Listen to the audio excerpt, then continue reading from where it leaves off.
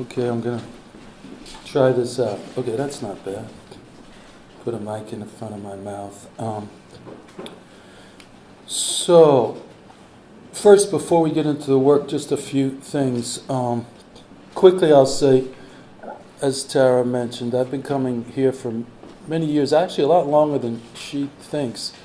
And yeah, and it's always great to come back because of what this place is. You know, basically a bunch of artists like myself, generally going at it pretty hard in the studio and meeting new friends and sort of continuing to build on, I guess, what we could call some camaraderie and community. So it's a special place. I always think of it as a great place to get a whole lot of work done and not have to worry about, of course, the cooking of meals and all sorts of other things that we do at home. So, and I've developed a lot of great friends up here over the years. So it's special for me to be back every time I come back up here. In terms of what I'm going to show tonight, I guess I've been working pretty seriously in terms of being committed to making work for, I'd say, let's see, it's probably somewhere around 35 years now since I really got into the frame of mind where I wanted to do this, needed to do this, and spent a whole lot of time in the studio.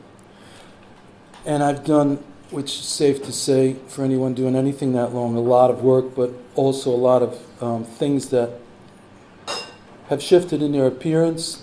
And lately I've been thinking about this thing that somehow maybe I'm not blaming any of us for it, but we wanted to make sense and want somebody to seem as if it's logical, their development and sound and stable. And for me, looking at a lot of things I've done, I've realized that it's not quite like that. I guess a phrase that is in my mind a lot is that I believe in and also try to let myself do different things for different reasons, not just in my life, but in my work. So what I've put together here are just a bunch of different examples of things I've done over the years that may or may not make sense when the shift happens, and I'm not so sure I could explain it as if it's linear. But I think by the end of this talk, hopefully you'll get an idea of the way that I think and some of the things that I've tried to do. Before we start with this image, my training was pretty great. You know, it was basically looking at the figure, the still life, the landscape, and going through that process of trying to understand language, you know, how to translate looking at something into the language of painting and drawing. And had great teachers at the studio school. Most of them were sort of studied with Hans Hofmann or of that lineage. This was very much about modern painting and flatness and the picture plane. And all of them came in to teach right out of the studio, so it was really hardcore artists that were teaching. And then also Queens College, a lot of great people that continued that with, I guess I would say, a decidedly European and American education. Okay, so I don't have examples of that work, and I don't have more to say about that, except that I'm grateful that I feel like I was taught soundly, and it allowed me to make work to this day. I owe them a lot. So what I'm starting with here, let's see which way I got to do with the arrows. Okay. I'm starting with some works that are basically, in my mind, a generic form, right, which would be that sort of somewhat half circle and the two lines below it. And at this point I was interested in how a line or a shape can start to lean out into reference and meaning. So my guess is a lot of us might be able to call this something, and I wasn't trying to be coy about it. I was interested in how certain forms actually seem as if they are something. So I've never really been interested in just organizing shapes and colors and wanting them to not have relationship to things that are. I've always been interested in images or iconography or signs or symbols. Yeah, I can leave it at that. So here's a few examples. Let's see, press the arrow. The arrow's not cooperating. Wrong arrow. Okay. Sorry about that. So what I found was, which I didn't know, what's great about making things is we don't know a whole lot about it sometimes before we do it. So I had things that I was interested in doing, and then I've realized things after doing it, which makes perfect sense. So what I realized is if I had this control, this form, and then colored it in different ways, it was the first experience of, the way we color things and the way we make things changes the meaning of it, right? And it seems to me it's impossible to change the way we do things without changing what it seems to mean. So the control was this form, and some of them ended up being, I don't know if I have a thing to say about that, but in truth, some of them ended up being cosmic or galactic or, I don't know, quieter than others. Disposition and what I could think about them changed by simply painting it in different ways and with different colors. The numbers came at the end as a way, they felt like they needed something, so I sort of stapled them, made them concrete by giving them a number, and it also provided the ability to talk about, say, number 9 or number 4 or what have you. They were rough, they were on wood. I just had a 1x2 at the top and a 1x2 at the bottom. At this point I was still pretty interested and influenced by work in the 70s of how things get up on a wall or, get off the floor. So I was interested in that we could theoretically reach around it and there was air running through it as opposed to a painting which is generally sealed to the wall. So those kind of things were running through it. Certainly thingness as opposed to just a pictorial fiction was part of it too. So we see the nails up there. And, they were rugged, but I was starting to gain, I guess, what I would call some art sophistication, which is a time that I really look back on and loved. I think we see that in a lot of artists. We're still raw, but the intellect is starting to go, and it's generally a pretty lively conversation. Okay, so we're going to jump to a bunch of paintings that I made that are basically all sort of honor paintings, and there's a slight bit that's tongue-in-cheek, but pretty much as a rule I don't really work out of a great interest in irony or cleverness if possible. But these are all paintings about white men who played professional basketball and I guess were not particularly athletic, so they sort of, in my mind, overcame some obstacles. But in truth and candidly, they came out of like some feeling like, oh gee, and we all probably pretty well versed in the truths of history and white male dominance, etc., and the pain of all that. But I did have a moment thinking, oh gee, what could I do? I'm sort of pushed out of the equation to some degree. So these were like my private little joy to, talk about these white men who were sort of underdogs or, not supposed to do what they did.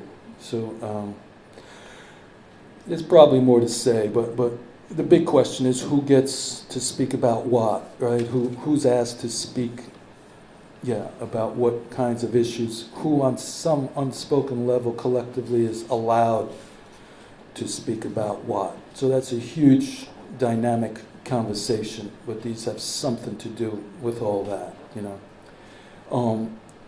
So there's the name, but also, to me, they're paintings. Rather simple ones, but still dealing with color and organization, I guess I would say. I never really liked the word composition. Composition always seems like something we could learn pretty easily, so I was trained on structure, et cetera, et cetera. Not that these are particularly challenging structures, but nonetheless. I guess I'm going to ramble for 40 minutes or so through this. Okay, so some of these names, some of you may know, many of you may not know any of them, but these are all sort of important athletes. And sports has been a part of my life, in my family's life, in my son's life. So that's just worth mentioning. It's not an out-of-body experience. I know these players and sort of appreciate their styles and their personalities, etc. Okay. Maybe the most important thing is to say, back to that thing about who can I talk about, or what am I, what are we allowed, or, is that one that was I guess I would call it a modest act of bravery. I'm interested in modest acts of bravery whenever I can muster them. And two, what was the other thing I was going to say? I had a second thought. What was that? Oh yeah, like taboo subjects, any of the things that any of us are uncomfortable with or think isn't important enough or serious enough. So allowance, right? Self-allowance. So I allowed myself to simply paint these paintings that are about, basketball players. I could have painted Mahatma Gandhi, but in this group of work, I did something a little more local and micro. Yeah. Steve Kerr, great shooter. Chris Mullen, a Brooklyn boy. Slow but very effective. Yeah. High basketball IQ. Yeah, all that good stuff. Okay. What I also do consistently, but not as frequently, is build things, or, I guess to me they're more objects than they are sculptures. Again, sort of a generic solution, like those first paintings. So I made a bunch of these houses, all the same size, all out of the same wood. It's funny how we make connections, right? I mean, they may or may not be true, I guess, for lack of a better word. But when I look at this, I realized it's a similar proportion to the bridge down the road, which I'm driving up to, from the airport tonight. I saw, not this bridge, but another bridge, just these long, beautiful bridges. So now I sort of think about that as well about this. But I thought about them as houses, and then thought about what I could do to put on them, how could I color them, and what have you. In my brain, they never really got off the ground. There's a lot of projects that I've started, and they never really lift off or never really feel fulfilled, but still there's something to it. So there's a couple of those, kind of messy. I was using wood burning tools and painting them, and I got into a mess, in my mind. But yeah, right. That one's a little better, I think.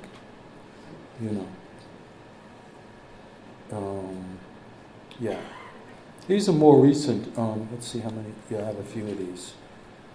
Okay, there we go. So I got these little log cabin kits. It's funny to talk about that up here. And got a slew of them and kind of put them together, and same thing, like, I wanted to reroute them away from just being log cabins. So I went through a series of things. I took the chimney off, painted the roofs, painted a word on a few of them. That didn't seem to work. And they all sit sort of in a state of, I don't know, disrepair, I guess I could say. There's about 20 or 25 of them that sit in this little mini little storage room in the back of my studio, waiting for me to, I don't know, give them more. So there's a lot of that. A lot of drawings are like that. I've got stacks of drawings, some of which feel perfectly fine, and then a lot that just mull around because I'm interested in something else at the moment. So I do go back and do at times try to revive some of these works. So let's see, yeah. So again, these have some relationship to those basketball player paintings. So quite simply, which makes sense, was I painted them first that both sides had the same roof. And then that seemed like that didn't work, and I don't know why. So what I did was I just would pull off half a roof from one and literally without thinking put it on, with the half of roof that was left from another one. But I guess that kind of a decision was underneath the idea of understanding that while maybe to others I may or may not seem like a very logical person, but to myself I feel rather logical. So there's these things I'll try to do to undo my own logic. So I was like, okay, just take a roof off. Don't worry if it works. Just slap it on one of the ones with another half. See if I could have some form of spontaneous action. The other thing was I also realized that I was actually trying with the colors and the coloring of them. I was trying to not have them be cabins, but maybe little getaways, like little tropical getaways.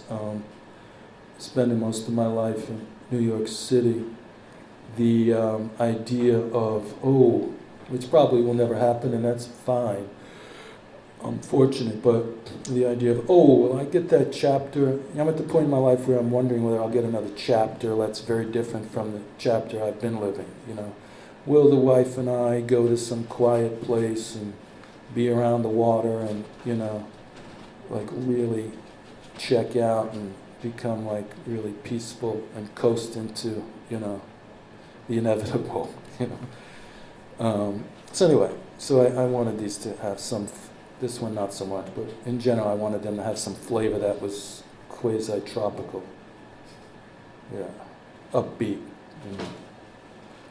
But a sandwich, I could talk about the sandwich. I mean, this, taking one thing and sort of putting it with another, I've always thought of as an exciting kind of sandwich, because what do we do as artists after all? I guess we take things out of context, right, and do what we please with them. So I'm interested in maybe this combination of paintings, not just a painted roof, but paintings on a roof and a log cabin and experimentation, right, adventure. That's a big part of my, I guess, philosophy about it all. Don't lose sight of the curiosity and the adventure. Don't succumb to repetition that's not dynamic. So there's all these things that I'm doing as a way to be alive, stay alive. So it's important for me to do that, and important for me to say that. The experimental component I feel is always key. Curiosity. Yeah. So there we go. That's nice. I mean, at the end of the day, it's sort of hilarious. Maybe what I've thought about lately, if I were to get paint on a couple, is I just paint the roof black after all that, And this one with the other gray side, it'd be nice to just have a wooden log cabin with an all black roof, But that's hilarious, right? As artists, I have to go through 25 of them in colors and ripping them off and gluing them back together, and then at the end of the day, just paint the damn roof black, right? Exactly. We could all laugh at that because we know what I'm talking about, what it takes to get somewhere that seems simple, or, the end that could have been a beginning, but somehow it doesn't work like that. Okay, so this is a painting that I guess, and only lately have I been thinking about this, that there's like a home for me in my work, and the home tends to be this kind of an ambiance, rather gentle, happens up above us, happens in the sky, in the air. You could call it sky, you can call it heaven, you can call it uninhabited, but a lot of my work has been really about that kind of low volume, intimate inclination, and like not matter and not earth, but air, and air mostly, but air and water, I guess. So the birds have been in a lot of my works, and floral type of, forms, right? And just the desire to quiet down and see if I can make something that does that, right? That to be around it would have some very straightforward kind of fulfillment and quiet quotient, This was similar, a little more dynamic, right? Obviously, a little more charged with color, but still same kind of intention. In terms of sizes, I always work small, not too often medium, and fewer, of course, but large as well. Large for me is about 7, 8, maybe 9 foot at the most. This is about 7, 8 feet high. And yeah, not a lot of medium size for some reason, but lots of small works for a long time now. Getting out ideas and holding things in my hand or leaning them against the side of a table or working on the floor years ago. Yeah. So again, as a lot of us find, we are told things or things are in the air, right? Whatever it is for painters, it was don't use too much white, never use black, don't paint symmetrically, and then that gets undone sometimes to some degree or some large degree. So there's a lot of the work that is very much about not symmetry in the sense that it's measured, but a felt sense of just putting something that would be the most frontal when you engage with it. So this is an example of that. That smaller one was also with those two quiet birds at the top. But again, the demeanor of these is what I think of as home, and I tend to go back home after going on other excursions. Yeah. So then, these are maybe 5, not even, maybe 4 years ago, roughly.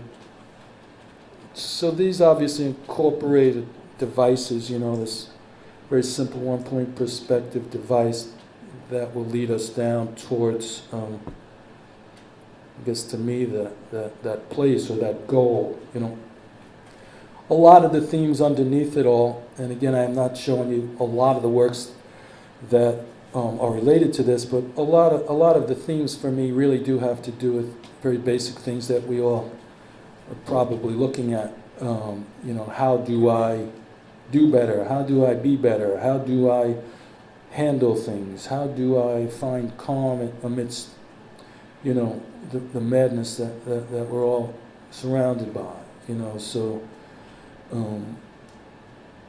So this road sort of towards this place is somewhat flat at the end, but still that big form in the middle, I guess I see as a destination. I'm sorry, Right. was that painting or material or pointing or something? I'm not sure what I'm looking at, other than I can see the design, but I'm not sure what the medium is. Yeah, I could answer that. It's a painting, only a painting, so everything that you see was made by my hand. And I know it does look like textiles or something printed, but it's actually not. So, yeah, I've made a lot of dots in my life. I'm probably in that competition, although truthfully I'm not interested in labor for labor's sake in art, of course. But yeah, but these are all sort of painted in an additive and forward way. And what I mean by that is, for the most part, nothing's removed. So they just simply start and proceed until they end, which was at a certain point really brand new and exciting for me. Like life itself, we simply proceed. And for years I was painting when I was younger in a studio, and it felt it was very exciting. I painted on a lot of paintings throughout the same day, and things would go in them and get removed. Addition and subtraction was always in play, and I felt like I was more in a boxing ring. Like constantly jabbing or yes, no, maybe. You're out, new move. And it changed. At a certain point, it just got a whole lot more deliberate and self-trusting. Yeah, you asked a simple question. I'm sorry. I'm going to go to right. So, yeah, this is just a studio shot. I think these are in motion. Yeah. Drawings, like I said, tons of drawings. I think I did talk about themes, and in these drawings of all these birds, there are themes as well. Themes like leadership, or I once did a kind of exciting thing. It was in the dead of winter in the Bronx. I forget the name of the space, but I was asked to do something in there, and I said, what? And they said, well, whatever you want. So I painted that directly on a very long wall, maybe like a 40, 50-foot wall. And I went in there with the intention of painting something that would be sublime and peaceful, but it didn't go like that. Again, hard to say why, and what happened was I had birds that were thriving, right? I learned that the same bird put in a different position meant something different. Back to the idea that every time we do something differently, it means something different. So straight up, it was kind of static and somewhat graphic. Obviously, on a diagonal, it was in motion. And at a certain point, it felt like it was hovering, and we didn't know if it was going to thrive or maybe, be facing its demise. So themes ran through that, which had to do with like birds circling one unlike bird, birds preying upon others, lovers, birds thriving, and the further north you got, the more you were thriving. So it was sort of somewhat basic in its structure, and then I played within it. These drawings also have something to do with that, like leaders. So maybe that white bird to me in the middle is like the leader, and others are crowding around it, and there's a couple of lovers in the bottom left, like to me it was exciting when I just put those two birds facing each other and their beaks touched. It's like, oh, wow, I've got lovers now. Very simplistic, basic move, and that tends to be the way I think and work. And complexity is really a function of stacking simple decisions, seemingly simple decisions, and having them accumulate, rather than diving into the wilderness and trying to fight my way out. So that's again my demeanor. Yeah. So. But there have been many conversations over the years about, beauty and difficulty in art and what it's about, or what some might think it's supposed to be about. And again, there's always been this desire to just see if I could paint something somewhat gentle and, like an offering of sorts, right? Like this would be good to have around. All that said, I'm also rather interested in the difficulty component, but again, that's sort of a home base for me. Yeah. So I'll flip through some more drawings here. Yeah. So these characters, we'll see them a little bit more. This character on the left started to intrude, upon this seemingly gentle, romantic world. And every now and then I grab a new, I could say, form or character or icon or image, and they become part of, I guess, my self-selected team. And I can't fully explain it, but I know that it's not so open, right? Yeah. So there have been birds, people, dogs, rabbits, right? Not so much the rabbits. They sort of aren't as important. Yeah, and they get put into different conditions. one of the things I like to do is once I decide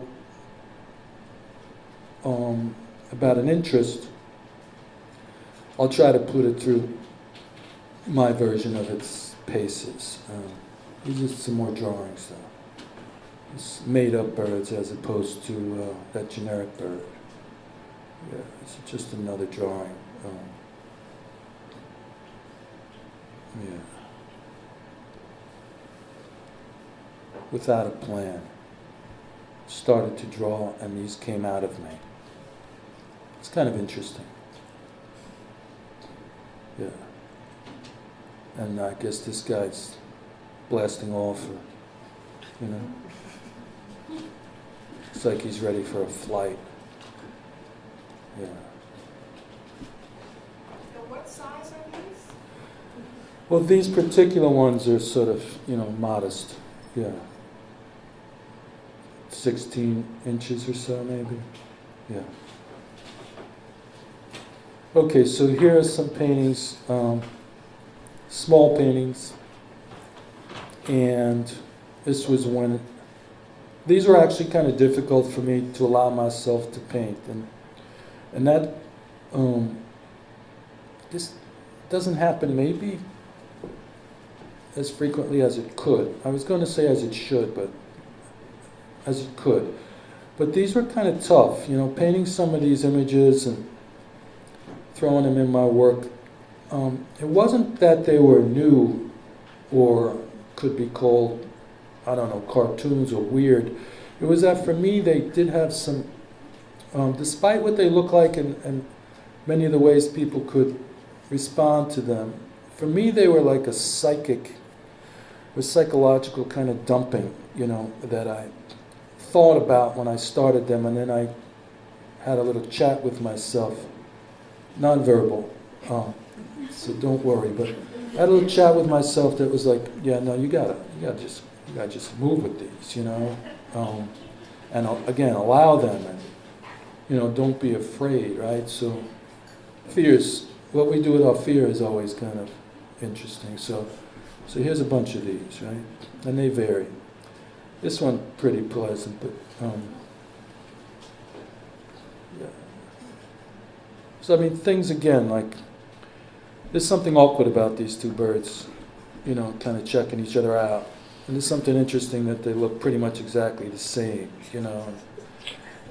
So I it's not as if I thought that, oh, this is about self-confrontation or, that thing that happens when you see someone that maybe looks and feels like you, and there's an initial, at least for me, an initial, disdain, or, what are you doing in my spot, or it's really silly, crazy, human, real things, So when I look at this, I think about those things, I can't say that's what this is about, or that's what I hope one would think it's about, but again, since I'm here and able to share my thoughts, that's the thing that interests me about this, is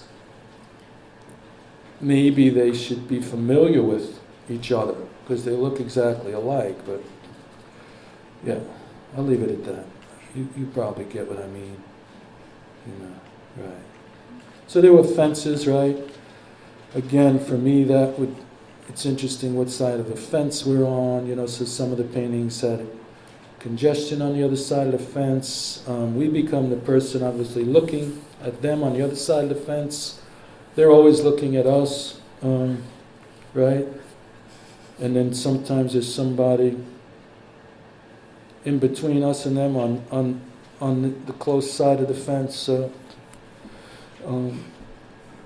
I guess I can't paint a fence without thinking about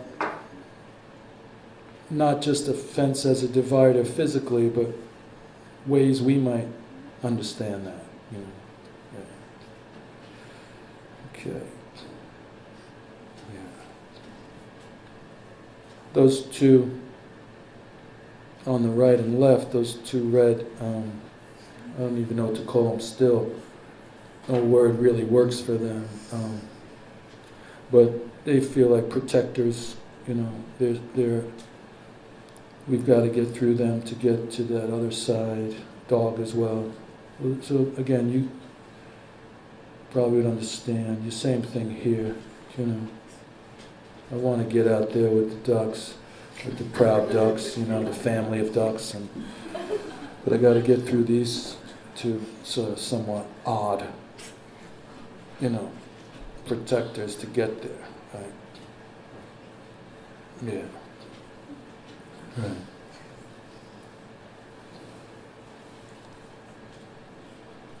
But it's odd. I mean, as a kid from the Bronx, right?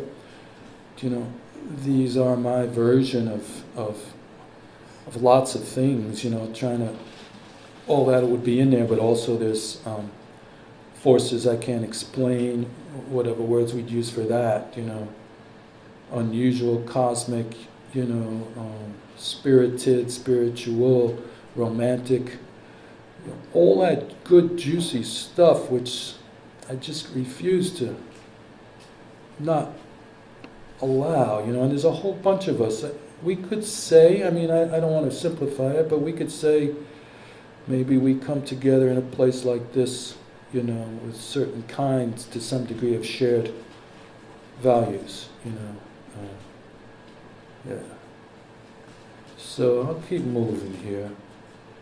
But as you see, same members put in a new condition each time. So to make a painting is wonderful, and a way to simply, you know, have a new experience, but offer a new condition. Yeah.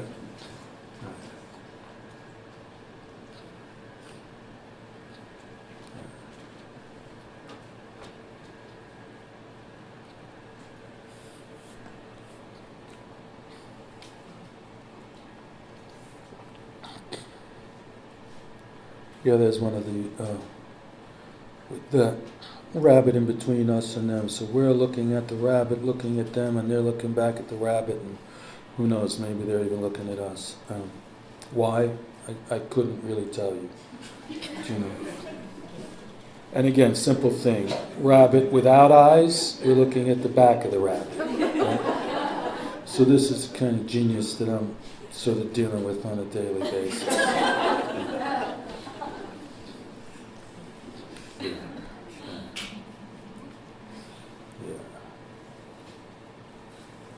But another thing, my wife was a weaver when we met, you know, so we lived with a lot of fabric, you know, that could explain this to some degree, who knows, but, you know, we had wool and looms in the middle of our living room when we were a young married couple, and, but back to my training being exclusively European and American, I always found myself veering off into, you know, the Asian section or the African section, or looking at Coptic textiles and Chinese lacquer plates and celadon bowls and things that were really drew me, you know, with some degree of envy that a lot of places made work.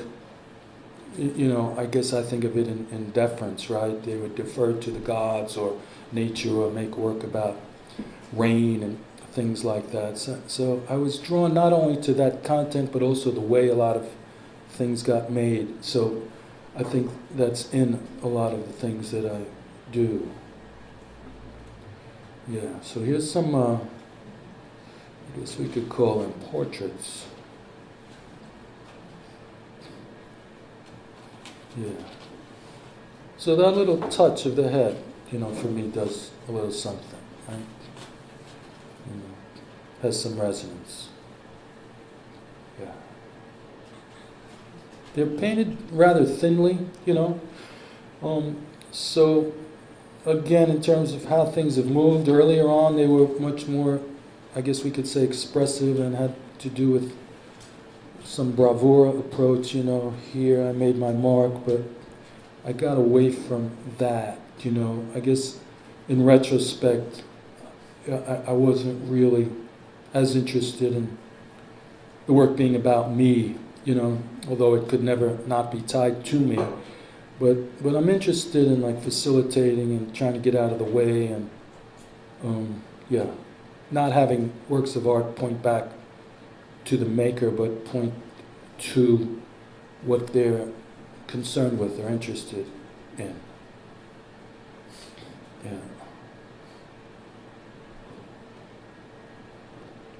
Right. Okay.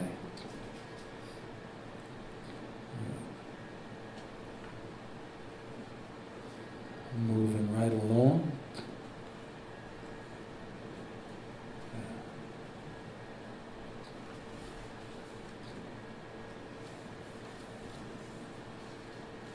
Peace sign a little similar to the basketball, you know. An allowance.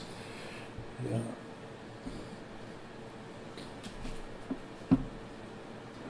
Yeah, as you could probably tell, this is probably in that home zone for me. These are a mixture. These are fairly recent. These are about 2 years old. All black and white paintings.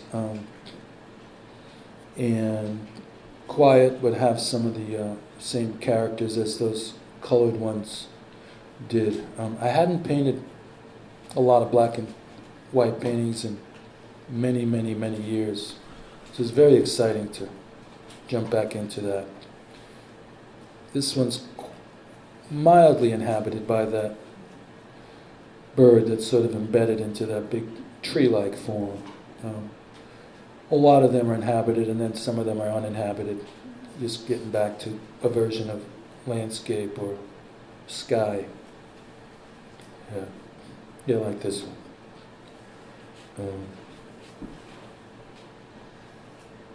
All of these are also small, 16 by 12 inches. Like a book splayed out, as if they're book pages, but they're paintings.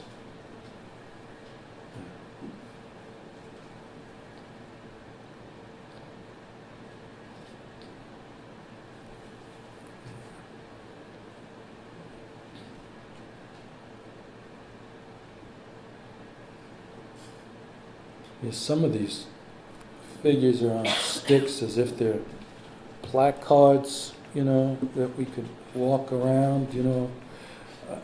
I didn't see that in a dream, but it feels as if it could be that, you know, like, in fact, it wasn't in terms of me being conscious of it, but parading around, I don't mean it in a gory way as if it's an actual person that's sitting on a stick, but some spirit of a person that we could parade around with as a placard. Maybe that, again, psychologically has some interest for me. You know, who would we do that with, you know? Yeah.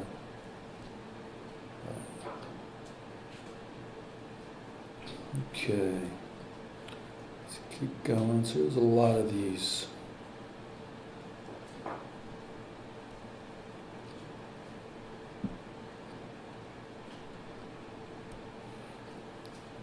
And I started to actually build some of these and put them on paintings. Not sure about how that's going, but yeah. So they're sitting around now. They they have discomfort. I'm not saying that as a bad thing, but some of them got, not necessarily this one, but some of them get kind of funky and as if that's, this one's quiet too, but some of them got kind of funky and yeah, more uncomfortable, right?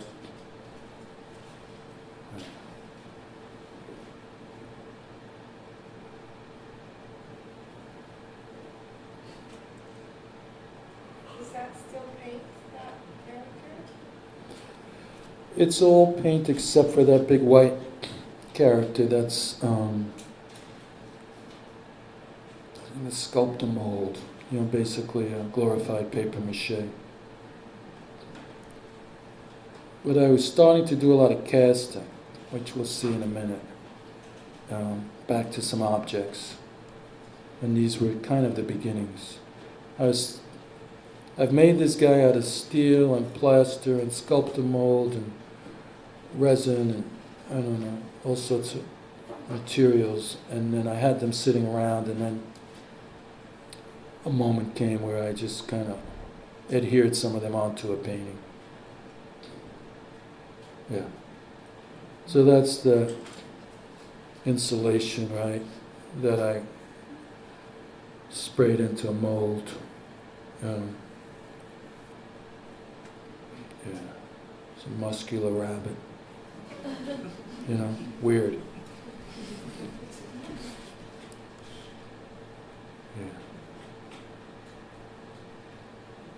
Yeah, these are some other examples of that on a sort of welcome mat material.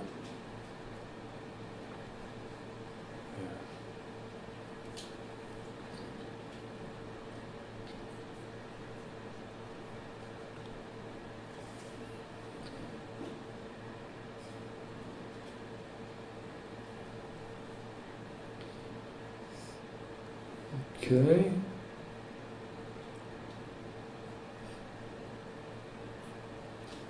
Simpler run and some astroturf. Right. A little bit quasi-demonic one, or you know, and they are laughable to a point, but they're also kind of like, I kind of feel like this guy sometimes, you know. So, yeah, that whole thing of what things look like and what they are, right? Appearances, how we might respond to it. It's interesting. Yeah, so here we go. I think we're heading into the home stretch, but these are a bunch, a slew of epoxy resin pieces that I made, and with drawings that are embedded inside. Okay, so they get poured, and then I sort of sit at a desk, you know, the things I was going to say we, but I shouldn't. That's not fair to include you all in this. The things I find myself doing are just great and preposterous, and, you know, like, scratch my head sometimes and go, wow, here I am, literally sitting at a desk, basically making drawings that are going to be the clothing for this epoxy guy, right? With a lot of delight and interest and commitment, you know. But that's what it's been lately, you know, and they vary, and I'm just going to show you a bunch of them, and I've been really involved in it lately, you know. And again, I guess the things that would come to my mind, or some of the responses are, oh, you know, they're energetic, or they're beautiful, or I like them, you know, but for me they are certainly not organic. Like I've been fortunate. They're not expensive, but I have a bunch of these colonial wooden sculptures from Ballet, the Ivory Coast, that are essentially half African carving and sort of half Western, and they're supposed to heal relationships. So I think I don't always get it perfect, but the gist of it is, if two partners are having problems, this inanimate wooden figure helps to heal them, right? Like a wonderful, beautiful belief, you know. And these are not organic, and these are not that, but for me, and if it's only me, I guess I accept that, but they do have some fetish resonance, I guess I would say, you know. They're certainly not just fun and games, although it is a blast to make them, you know. Yeah. Right. So I'm basically making outfits on one hand, right? I could say meaningful outfits, or exciting outfits, or varied outfits, you know, and it's wonderful, you know. Makes me think of when I was in school, at the studio school, I was coaxed, right? Like, I was coaxed by, not all, but some teachers who would say, wow, you know, you're a big guy. I was painting little still lifes, like, I was really interested in Corot. You know, I loved Corot as a student. You know, he was sort of my main artist, you know, and then a bunch of others, you know. But I was painting very small, simple still lifes, and I had my hands full, right? And I really was doing the best I could. You know, people would come through and say, you know, you're a big guy, you know, you need to get more ambitious, and, you know, maybe you need to get a little more, you know, in the game, and, you know, and I always thought, yeah, well, whatever, you know, that makes some sense, but I'm in way over my head already, you know, which I was, you know. So now I kind of remember that, because now I'm sitting at a table and, you know, have my sort of stencil that is ready to go, that I can just make my little colored, you know, coverings for this guy, yeah. So they have something to do with each other, you know. Yeah. These are very small, about 6 inches actually high, 4.5 inches wide. They sit on these little holders. I made a lot of other glass works years ago that I didn't show, but they were based off of, like, you know, what are they, snow globes, right? So I was able to work with some glass blowers, and I made my version of that. You know, they all had different liquids in them. They had, I would shop for liquids and then shop for what I wanted to put in them. It was a great project, and I was working with some other people, which was great. So some of them, you know, were oil and water, some sudsed up, you know. Basically, you'd pick it up, and it would have some action, or it would be a dud, wouldn't do much, and then you put it back down. These are somewhat related, where they sit in this holder. You could pick it up, I guess, look at it, turn it around, look at the back, and set it back in, you know. So its purpose or its utility is dubious. Yeah. So let's run through some of these. Yeah.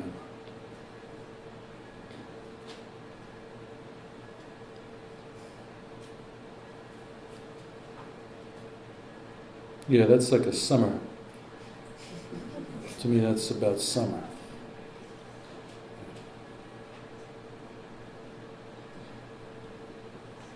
Certain degree of festivity.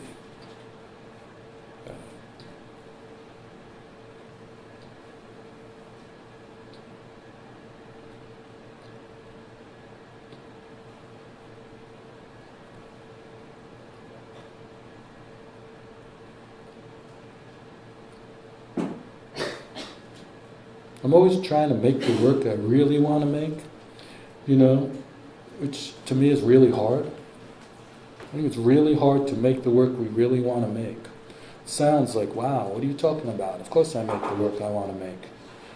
But I feel like that's the hardest thing, to make the things I really want to make and not be afraid of that.